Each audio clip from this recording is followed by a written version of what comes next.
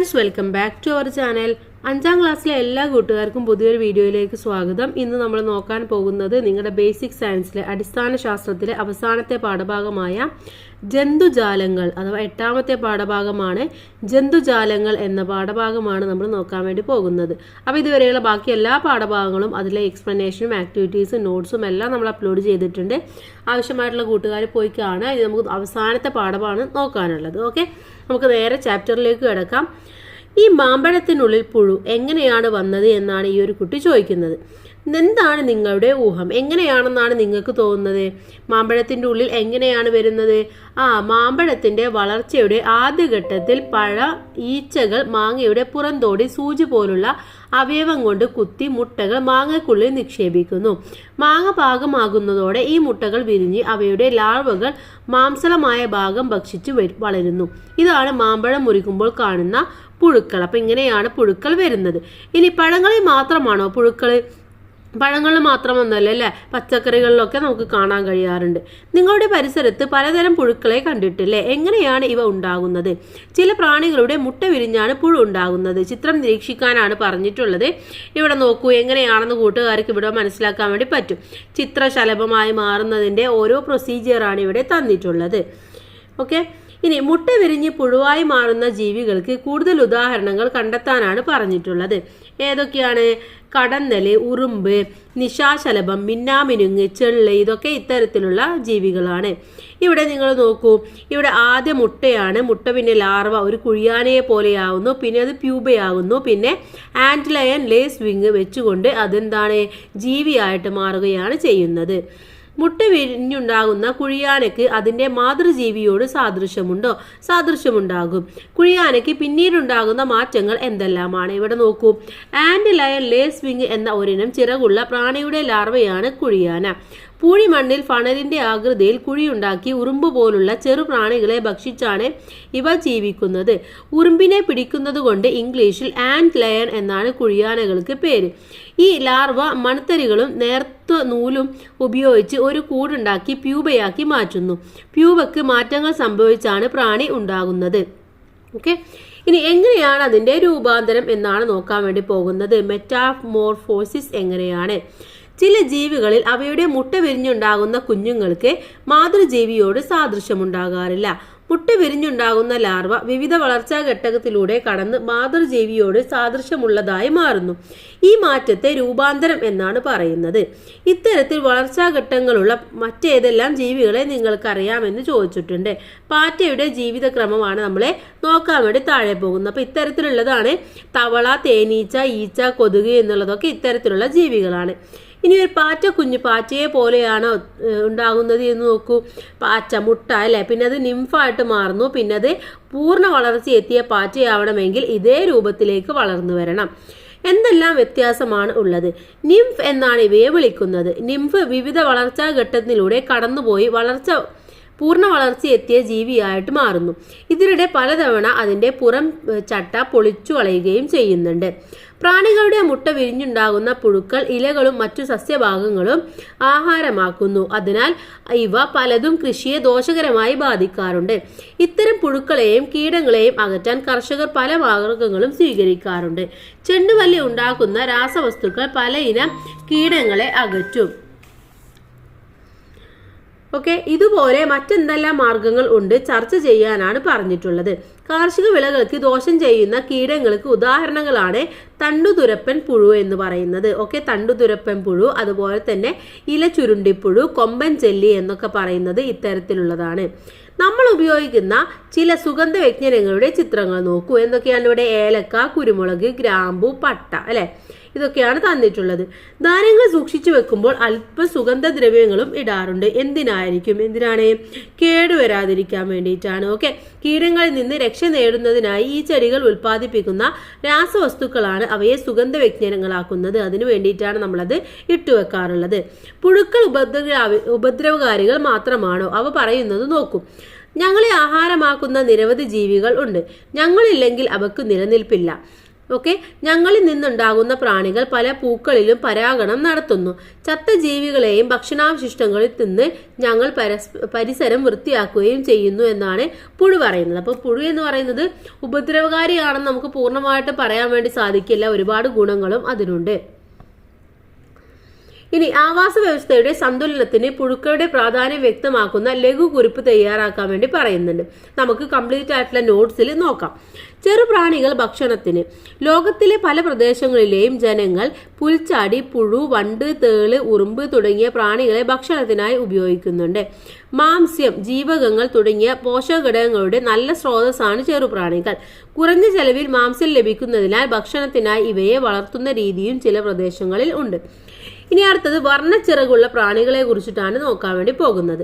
പ്രാണി കുടുംബത്തിലെ ഒരു വിഭാഗമാണ് ചിത്രശലഭങ്ങൾ. നമ്മുടെ നാട്ടിൽ കാണപ്പെടുന്ന എത്ര ചിത്രശലഭങ്ങളുടെ പേരുകൾ നിങ്ങൾക്കറിയാം? ചിത്രശലഭങ്ങൾ നിരീക്ഷിച്ച് ശലഭങ്ങളെ തിരിച്ചറിയാനാണ് പറഞ്ഞിട്ടുള്ളത്. അപ്പോൾ ഇവിടെ പിക്ചർ തന്നിട്ടുണ്ട്. ഇത് ആരൊക്കെയാണെന്ന് നോക്കാം.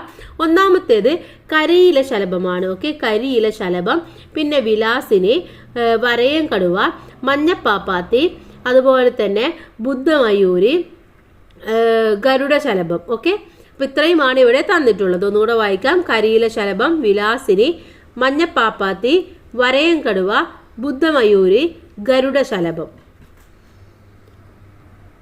ഇനി കൂടുതൽ ശലഭങ്ങളുടെ ചിത്രങ്ങൾ ശേഖരിച്ച് ആൽബം തയ്യാറാക്കാൻ പറയുന്നുണ്ട്. അവയുടെ സവിശേഷതകൾ എന്തെല്ലാമാണെന്ന് എഴുതാനും കൂടെ പറയുന്നുണ്ട്. ഇനി ചില ശലഭങ്ങൾ ചില പ്രത്യേക സസ്യങ്ങളിലാണ് മുട്ടയിടുന്നത്. ശലഭപ്പുഴുക്കളുടെ ഭക്ഷണം ഈ സസ്യത്തിന്റെ ഭാഗങ്ങളാണ്. നമ്മുടെ നാട്ടിൽ കാണപ്പെടുന്ന ചില ശലഭങ്ങളുടെ പേരുകൾ നോക്കൂ. നാരകശലഭം, അരളിശലഭം, വെള്ളിലത്തോഴി, എരുക്കുതപ്പി. ഈ ശലഭങ്ങൾക്ക് ഈ പേര് വന്നത് എന്തുകൊണ്ടായിരിക്കാം? അവര് ഇതൊക്കെ ആയിരിക്കും, ഇതിന്റെ ഇലകളായിരിക്കും ഭക്ഷിക്കുന്നുണ്ടാവും. അതുകൊണ്ടാണ് ഇത്തരത്തിലുള്ള പേര് അവക്ക് വന്നിട്ടുള്ളത്. ശലഭങ്ങളുടെ നിലനിൽപ്പിന് തേൻ കുടിക്കാനുള്ള സസ്യങ്ങളും ലാർവയ്ക്ക് ഭക്ഷണത്തിനുള്ള സസ്യങ്ങളും വേണം. ഈ രണ്ടു തരം സസ്യങ്ങളുമുള്ള ഉദ്യാനമാണ് ശലഭോദ്യാനം എന്ന് പറയുന്നത്.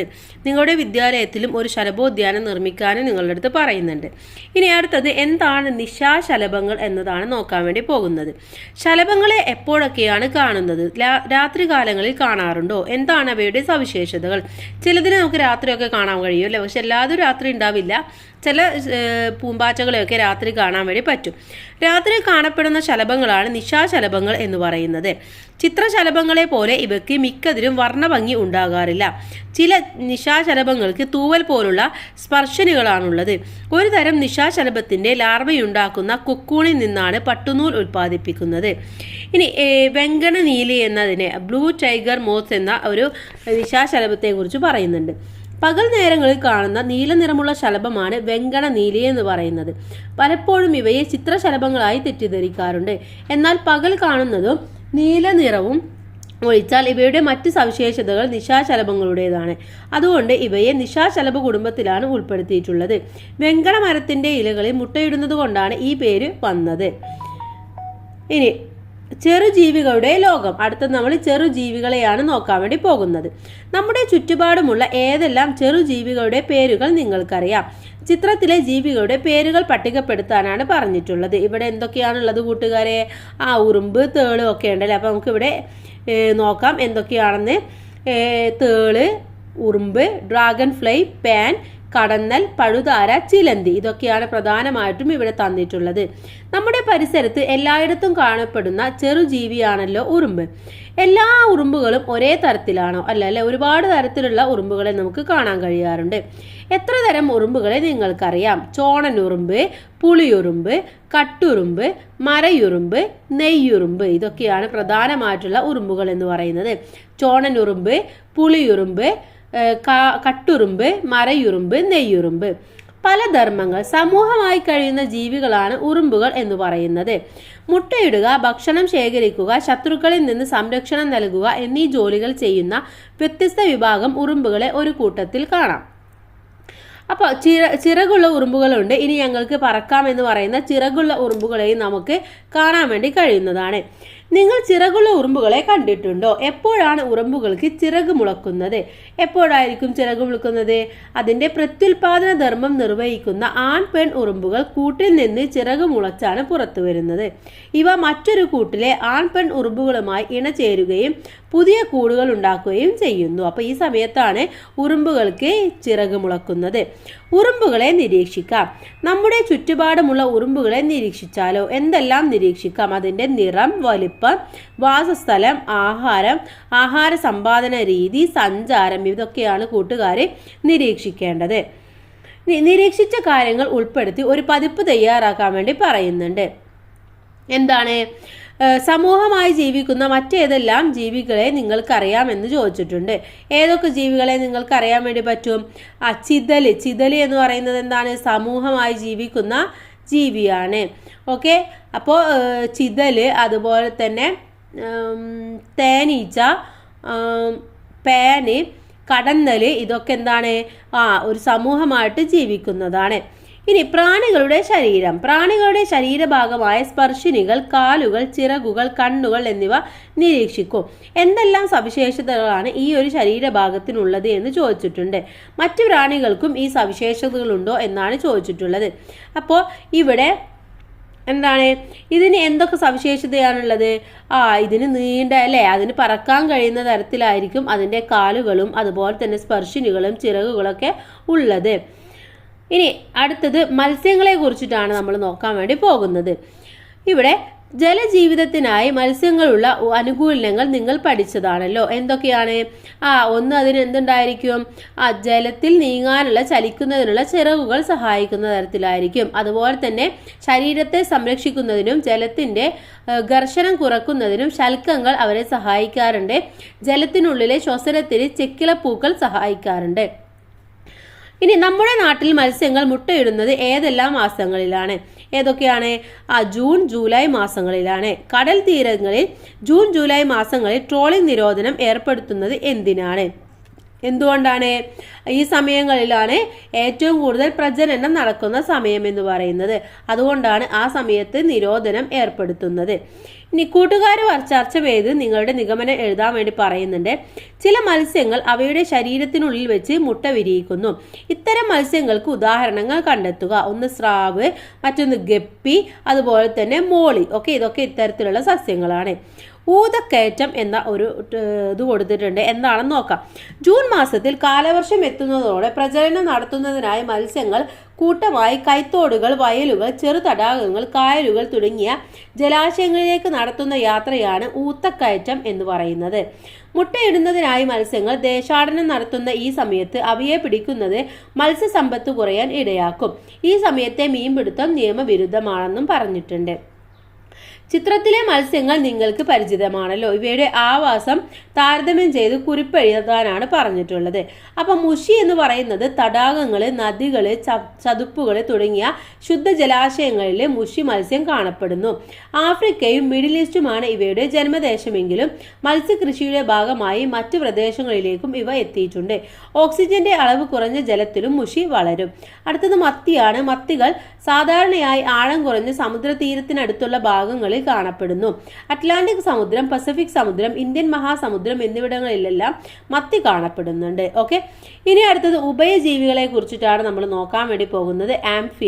ആംഫിബിയൻസ്. നമ്മുടെ ആമ്പൽ കുളത്തിൽ ഇതാ നിറയെ മീനുകൾ. അത് മീനല്ല, വാൽമാക്രികളാ എന്നൊരു കുട്ടി പറയുന്നുണ്ട്. ഇവിടെ തവളകളുടെ ജീവിതചക്രം നിരീക്ഷിക്കൂ. എന്തെല്ലാം മാറ്റങ്ങൾ വന്നാണ് വാൽമാക്രി പൂർണ്ണ വളർച്ചയെത്തിയ തവളയായി മാറുന്നത്? എന്താണ്? ഒരു ചെറിയ മീനായിട്ട് വരുന്നു, അതിനുശേഷം അത് ഒന്നും കൂടെ വലുതായി അവസാനമാണ് തവളയായിട്ട് വരുന്നത് അല്ലേ? ജലത്തിൽ ജീവിക്കുന്നതിന് എന്തെല്ലാം അനുകൂലങ്ങളാണ് വാൽമാക്രിക്കുള്ളത്? എന്തൊക്കെയാണുള്ളത്? അതിൻ്റെ നാവ് ഒരു അനുകൂലമായിട്ട് പറയാൻ വേണ്ടി പറ്റും. അതുപോലെ തന്നെ അതിൻ്റെ തൊലി എന്ന് പറയുന്നതും അത്തരത്തിലുള്ളതാണ്. ഇവ ശ്വസിക്കുന്നത് എങ്ങനെയാണ്? നാവ് കൊണ്ടാണ് ഇവ ശ്വസിക്കുന്നത്. ചർച്ച ചെയ്ത് നിങ്ങളുടെ കണ്ടെത്തലുകൾ എഴുതാൻ വേണ്ടി പറയുന്നുണ്ട്. ഇവിടെ തവള പറയുന്ന കുറച്ച് കാര്യമുണ്ട്. ജീവിതചക്രത്തിന്റെ ആദ്യഘട്ടം പൂർണ്ണമായും ജലത്തിലാണ്.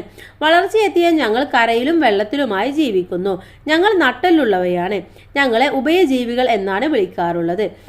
ഇനി താഴെ ചോദിച്ചിട്ടുണ്ട്, ഉഭയജീവികൾക്ക് ഒരു നിർവചനം എഴുതാൻ വേണ്ടി പറയുന്നുണ്ട്. എന്താണ്? കരയിലും വെള്ളത്തിലും ജീവിക്കുന്ന ജീവികളെയാണ് നമ്മൾ ഉഭയജീവികൾ എന്ന് പറയുന്നത്. ഇനി അടുത്തത് സിസിലിയനുകളാണ്. കേരളത്തിൽ കണ്ടുവരുന്ന മറ്റൊരു ഉഭയജീവി വിഭാഗമാണ് സിസിലിയനുകൾ എന്ന് പറയുന്നത്. പ്രാദേശികമായി ഇവ കുരുടികൾ എന്നും അറിയപ്പെടുന്നു. കണ്ണുകൾ സുതാര്യമായ തൊക്ക് മൂടിയിരിക്കും. പലപ്പോഴും ഇവയെ പാമ്പുകളായി തെറ്റിദ്ധരിക്കാറുണ്ട്. ഇനി അടുത്തത് ഉരകങ്ങളെ കുറിച്ചിട്ടാണ് പറയുന്നത്. ഞങ്ങളെല്ലാം മുട്ടയിട്ട് കുഞ്ഞുങ്ങളെ വിരിയിക്കുന്നതാണെന്ന് ഇവിടെ പറയുന്നുണ്ട്. നമ്മുടെ നാട്ടിൽ കാണുന്ന ചില ജീവികളുടെ ചിത്രങ്ങൾ നോക്കും. അവ ഏതെല്ലാമാണെന്ന് എഴുതാൻ പറയുന്നുണ്ട്. ഈ ജീവികളുടെ പൊതു സവിശേഷതകൾ എന്തൊക്കെയാണ്? ഒന്ന്, മുട്ടയിട്ട് സന്താനോൽപാദനം നടത്തുന്നു. അത് മാത്രമല്ല ഉരകങ്ങൾക്ക് ചെതുമ്പൽ ഉണ്ടായിരിക്കും, അവർക്ക് നട്ടെല്ലും ഉണ്ടായിരിക്കും. അപ്പൊ ഈ രണ്ട് പ്രത്യേകതകൾ നിങ്ങൾ അവിടെ എഴുതി ചേർക്കുക. അടുത്തത് പാമ്പുകളെ കുറിച്ചിട്ടാണ്.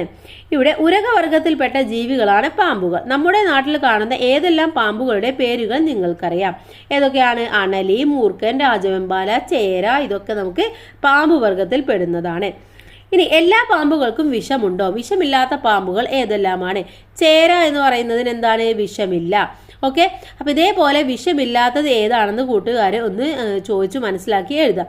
ഇനി ഇവിടെ വിഷപ്പാമ്പുകളെ കുറിച്ചിട്ടാണ് പറയുന്നത്. കേരളത്തിൽ സാധാരണയായി കാണുന്ന വിഷപ്പാമ്പുകളെ തിരിച്ചറിയാനുള്ള സൂചനകൾ നോക്കും.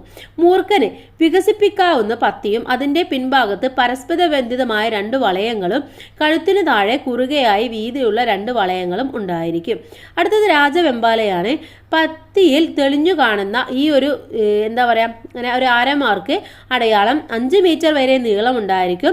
ശരീരത്തിന്റെ മുൻഭാഗത്ത് വളയങ്ങൾ വാലിന് നല്ല കറുപ്പും ആയിരിക്കും. അടുത്തത് ശംഖുവരയനാണ്, അഥവാ വെള്ളിക്കട്ടൻ എന്നും പറയാറുണ്ട്. ശരീരത്തിന് കുറുകെ തെളിഞ്ഞ വെള്ളവരകൾ കറുത്തിരുണ്ട നിറമായിരിക്കും. അടുത്തത് അണലിയാണ്, അഥവാ ചേനത്തണ്ടനാണ്. ത്രികോണാകൃതിയിലുള്ള വലിയ തല, ശരീരത്തിൽ ചങ്ങല പോലെയുള്ള പുള്ളികളും ഉണ്ടായിരിക്കും. അടുത്തത് കടൽ പാമ്പ് അഥവാ വലകടിയനാണ്. വാൽ പരന്നതും തുഴയുടെ ആകൃതിയിലുമുള്ളതാണ്. പുറത്ത് വൃത്താകൃതിയിലുള്ള ഇരുണ്ട വളയങ്ങളും ഉണ്ടായിരിക്കും. ഇനി കൂടുതൽ പാമ്പുകളും വിഷമില്ലാത്തവയാണ്. കേരളത്തിൽ കാണുന്നവയിൽ ആകെ 5 ഇനം പാമ്പുകൾക്കേ വിഷമുള്ളൂ, ബാക്കിയൊന്നിനും വിഷം ഇല്ല. ഇനി പാമ്പ് കടിയേറ്റാൽ നമ്മൾ എന്താണ് ചെയ്യേണ്ടത്? കടിയേറ്റ ഭാഗത്ത് മുറിവുണ്ടാക്കുകയോ വിഷം വലിച്ചെടുക്കാൻ ശ്രമിക്കുകയോ ചെയ്യരുത്. കടിയേറ്റയാളെ പരിഭ്രമിപ്പിക്കരുത്. സമാധാനിപ്പിച്ച് ശാന്തത പാലിക്കാൻ സഹായിക്കണം. ഉടനെ ആശുപത്രിയിൽ എത്തിക്കണം. പാമ്പുകളുടെ പാരിസ്ഥിതിക പ്രാധാന്യം എന്തെല്ലാമാണെന്ന് ചർച്ച ചെയ്യാൻ വേണ്ടി പറയുന്നു. ഇനി അടുത്ത തൂവൽ കുപ്പായക്കാരെ കുറിച്ചിട്ടാണ് നമുക്ക് പഠിക്കാനുള്ളത്. പക്ഷികളുടെ സവിശേഷതകൾ എന്തെല്ലാമാണെന്ന് പരിചയപ്പെട്ടല്ലോ. നിങ്ങൾക്ക് ഏതെല്ലാം പക്ഷികളെ തിരിച്ചറിയാനാകും? ഏതൊക്കെയാണ്? കാക്ക, തത്ത, കുയില്, മൈന, ഇങ്ങനെയുള്ള പക്ഷികളെയൊക്കെ തിരിച്ചറിയാം അല്ലെ. നിങ്ങളുടെ പരിസരത്തുള്ള ഏതെങ്കിലും 5 പക്ഷികളെ നിരീക്ഷിച്ച് കുറിപ്പ് എഴുതാൻ വേണ്ടി പറയുന്നുണ്ട്. എന്തെല്ലാം കാര്യങ്ങൾ ശ്രദ്ധിക്കണം? എന്തൊക്കെയാണ്? തൂവലുകളുടെ പ്രത്യേകത, അതിൻ്റെ കൂട്, കാലിൻ്റെ പ്രത്യേകത, കൊക്കിൻ്റെ പ്രത്യേകത, ആഹാരം, വലുപ്പം, പക്ഷിയുടെ നിറം, അതുപോലെ തന്നെ ശബ്ദം. ഇതൊക്കെയാണ് നിങ്ങൾ ശ്രദ്ധിക്കേണ്ടത്. ഇനി സസ്തനികളെ, മാമൽസിനെ കുറിച്ചിട്ടാണ് പറയുന്നത്. ഞങ്ങൾക്കെല്ലാം പൊതുവായ ചില സവിശേഷതകളുണ്ട്. എന്തെല്ലാം എന്ന് പറയാമോ? എന്തൊക്കെയാണ്? ചെവിക്കുട ഉണ്ടായിരിക്കും. അതുപോലെ 4 കാലുകളായിരിക്കും ഇവക്കുള്ളത്. പ്രസവിക്കാൻ കഴിയുന്ന ജീവികളാണ്. ഇതൊക്കെയാണ് പ്രധാനമായിട്ടുള്ള പ്രത്യേകതകൾ എന്ന് പറയുന്നത്. കുഞ്ഞുങ്ങളെ പ്രസവിച്ച് പാലൂട്ടി വളർത്തുന്ന ജീവികളാണ് സസ്തനികൾ എന്ന് പറയുന്നത്. ഇനി ഇവരും സസ്തനികളാണ്. ആരൊക്കെയാണ്? തിമിംഗലം, ഡോൾഫിന്, വവ്വാല്, നീർനായ, ഇതൊക്കെ എന്താണ്? സസ്തനികളാണ്. ഇനി ചില സസ്തനികൾ വളർത്തു മൃഗങ്ങളാണല്ലോ. എന്തെല്ലാം ആവശ്യങ്ങൾക്കാണ് നമ്മൾ മൃഗങ്ങളെ വളർത്തുന്നത്? മാംസത്തിന്, പാലിന്, വസ്ത്രത്തിന്, ഇതിനൊക്കെയാണ് നമ്മൾ സാധാരണ വളർത്താറുള്ളത്. ഇനി വളർത്തു മൃഗങ്ങൾ ഉപകാരികളാണെങ്കിലും അവയിൽ നിന്നും മനുഷ്യർക്ക് രോഗങ്ങൾ പകരാറുണ്ടല്ലോ. ഏതെല്ലാം രോഗങ്ങളാണ് പകരാറുള്ളത്? ഒന്ന്, പേവിഷബാധ പടരാറുണ്ട്. അതുപോലെ തന്നെ തൊലി അടരുന്ന രോഗങ്ങളൊക്കെ പടരാറുണ്ട്. വളർത്തു മൃഗങ്ങളുമായി ഇടപഴകുമ്പോൾ എന്തെല്ലാം മുൻകരുതലുകൾ എടുക്കണം? എന്തൊക്കെയാണ്?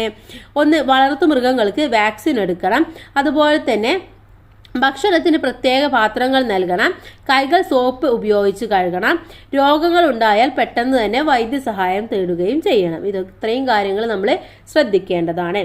ഇനി മത്സ്യങ്ങൾ, ഉഭയജീവികൾ, ഉരകങ്ങൾ, പക്ഷികൾ, സസ്തനികൾ എന്നീ വിഭാഗങ്ങളിലെ ജീവികൾക്കെല്ലാം നട്ടെല്ലുണ്ട് എന്നാണ് പറയുന്നത്.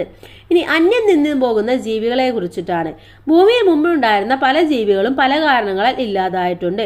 അതിൽ അതിശൈത്യം, വരൾച്ച, ഉൽക്കാപതനം, രോഗവ്യാപനം, അഗ്നിപർവ്വത സ്ഫോടനം തുടങ്ങിയ കാരണങ്ങൾ മനുഷ്യന്റെ നിയന്ത്രണത്തിലുള്ളവയല്ല. എന്നാൽ ജീവികളുടെ വംശനാശത്തിന്റെ പ്രധാന കാരണങ്ങളിലൊന്നായ ആവാസ വ്യവസ്ഥയുടെ നാശത്തിൽ മനുഷ്യനും പങ്കുണ്ട്. മനുഷ്യന്റെ ഏതെല്ലാം ഏതെല്ലാം പ്രവർത്തനങ്ങളാണ് ജീവികളുടെ ആവാസ വ്യവസ്ഥയെ ഇല്ലാതാക്കുന്നത്, അതിൻ്റെ ഒരു ചർച്ച ചെയ്യാൻ വേണ്ടി പറയുന്നുണ്ട്. അപ്പോൾ ഒരുപാട് ഉണ്ട്. എന്താണ് നമ്മൾ ചെയ്യുന്ന ഈ ഒരു ഇപ്പോൾ വയലൊക്കെ ആണെങ്കിൽ അവിടെ നമ്മൾ എന്താണ് രാസവളങ്ങളൊക്കെ ഒരുപാട് ഉപയോഗിക്കുക അല്ലേ. അങ്ങനെയൊക്കെ ഉപയോഗിക്കുമ്പോൾ ആ മണ്ണിലുണ്ടാകുന്ന ജീവികളൊക്കെ നശിച്ചു പോകാറുണ്ട്. അതുപോലെ തന്നെ നമ്മൾ ഒരു ജീവിയെ നശിച്ചു കഴിഞ്ഞ് ഇപ്പോൾ തവളകളെ മൊത്തം നശിപ്പിച്ചു കഴിഞ്ഞാൽ എന്താണ്ടാവുക, പാമ്പുകൾ കൂടും അല്ലേ. അപ്പോൾ അങ്ങനെയുള്ള സംഭവങ്ങളും ഉണ്ടാവാറുണ്ട്. വംശനാശ ഭീഷണി നേരിടുന്ന കേരളത്തിലെ ചില ജീവികളെ പരിചയപ്പെടാം. ഒന്ന് കടുവ ചിലന്തി, മറ്റൊന്ന് മണവാട്ടിത്തവള, മറ്റൊന്ന് ഈനാമ്പേച്ചി. ഇതൊക്കെയാണ് വംശനാശം നേരിടുന്ന ജീവികൾ. ജീവികളും അന്ധവിശ്വാസങ്ങളും. ചിത്രത്തിലെ ജീവികളെ കണ്ടല്ലോ. ഏതൊക്കെയാണ്? വെള്ളിമൂങ്ങ, ഇരുതലമൂരി, നക്ഷത്രയാമ, സർപ്പം. ഈ ജീവികളെ കുറിച്ച് തെറ്റായ പല ധാരണകളും നമ്മുടെ നാട്ടിലുണ്ട്. ഇത്തരത്തിലുള്ള അന്ധവിശ്വാസങ്ങൾ എന്തൊക്കെ പ്രശ്നങ്ങളാണ് ഉണ്ടാക്കുക? ഒന്ന് സാമ്പത്തിക ചൂഷണം ഉണ്ടാക്കും, മറ്റൊന്ന് ജീവികളുടെ വംശനാശം ഉണ്ടാക്കും, മറ്റൊന്ന് മനുഷ്യന്റെ ജീവന് തന്നെ ആപത്തായി മാറും. അപ്പോൾ ഈ വിഷയത്തിൽ ഒരു സെമിനാർ ക്ലാസ് സംഘടിപ്പിക്കാനും പറയുന്നുണ്ട്. അപ്പോൾ ഇത്രയുമാണ് നമ്മുടെ പാഠഭാഗം. ഇനി നമുക്ക് വിലയിരുത്താൻ പ്രവർത്തനമാണ് നമുക്ക് ഇമ്പോർട്ടൻ്റ് ആയിട്ടുള്ള നോട്ട്സിൽ നോക്കാം. അപ്പോൾ ഈ പാഠഭാഗത്ത് പറഞ്ഞ പല ക്വസ്റ്റ്യൻ്റെയും ആൻസർ നമുക്ക് ആ നോട്ട്സിലൂടെ ഡിസ്കസ് ചെയ്യാവുന്നതാണ്. അപ്പോൾ എല്ലാ കൂട്ടുകാർക്കും പാഠഭാഗം നന്നായിട്ട് മനസ്സിലായിട്ടുണ്ടാകുമെന്ന് വിചാരിക്കുന്നു. എല്ലാവർക്കും താങ്ക്സ് ഫോർ വാച്ചിങ്.